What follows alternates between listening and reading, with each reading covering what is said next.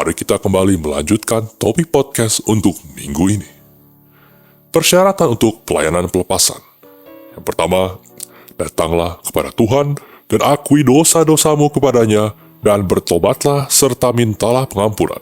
Kita tidak dapat berdiri di atas gunung Tuhan tanpa hati yang murni dan tangan yang suci. Mazmur 24 ayat 4. Berdoalah sebelumnya dengan pujian dan ucapan syukur yang melimpah dan berbahasa rohlah. Dari pengalaman pribadi yang saya lakukan, saya menemukan jika saya melakukan hal ini sebelumnya selama 1-3 jam, maka sesi pelepasan akan relatif lebih singkat. Mungkin 1-3 jam dan kadangkala beberapa menit saja.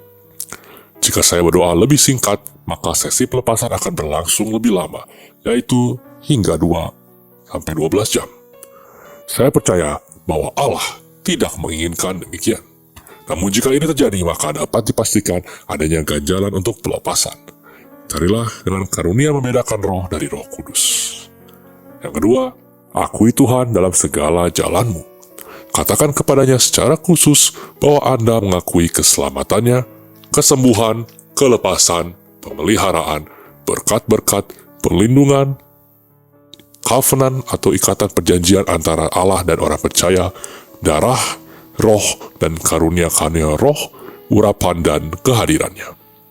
Yang ketiga, kemudian katakan bahwa Anda berserah kepada Roh Kudus sebagai saluran yang kosong bagi kepentingannya.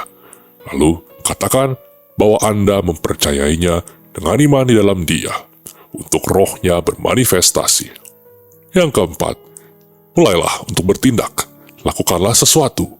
Mulailah memerintah dalam nama Yesus Kristus. Dan yang terakhir, pastikanlah terlebih dahulu bahwa Anda tidak memiliki dosa atau ganjalan apapun seperti yang disebutkan di atas di dalam hidupmu yang dapat menghambat keefektifan Anda dalam pelayanan.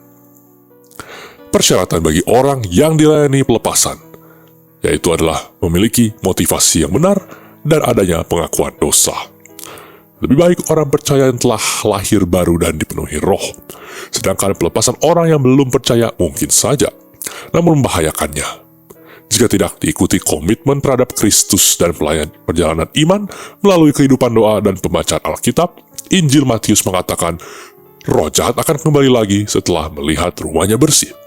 Bahkan membawa 7 roh yang lebih buruk daripadanya dan akhirnya keadaan orang tersebut akan lebih buruk dari semula.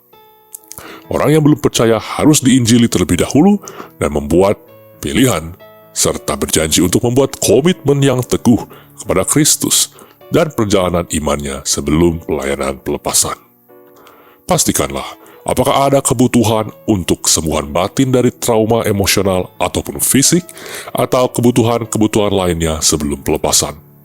Jangan ragu bahwa Allah menginginkan mereka bebas daripada tetap dalam keadaannya sebagai orang tidak percaya. Tidak boleh menjadi Kristen yang suam-suam kuku. Tidak boleh memiliki dosa rahasia, kepahitan, kemarahan, kebencian, dendam, atau tidak dapat mengampuni dalam hati.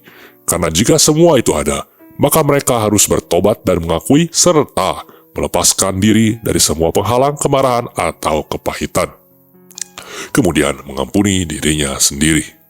Semuanya ini harus dilakukan dari hati dan bukan karena disuruh, agar mereka benar-benar dapat dilepaskan. Motif yang salah tidak akan membawa kelepasan. Mereka harus menerima kelepasan dengan anugerah melalui iman mereka di dalam Kristus Yesus dan percaya bahwa mereka telah menerimanya. Dan yang terakhir, mereka harus mempunyai keinginan yang besar untuk dibebaskan dan menyetujui bahwa mereka ingin roh-roh jahat diusir keluar dari hidup mereka. Mari berjalan dalam kuasa Roh Kudus dan mengupas tentang peperangan spiritual. Subscribe YouTube channel kami dan nyalakan lonceng notifikasi serta follow sosial media kami untuk mendapatkan konten Kristiani secara reguler.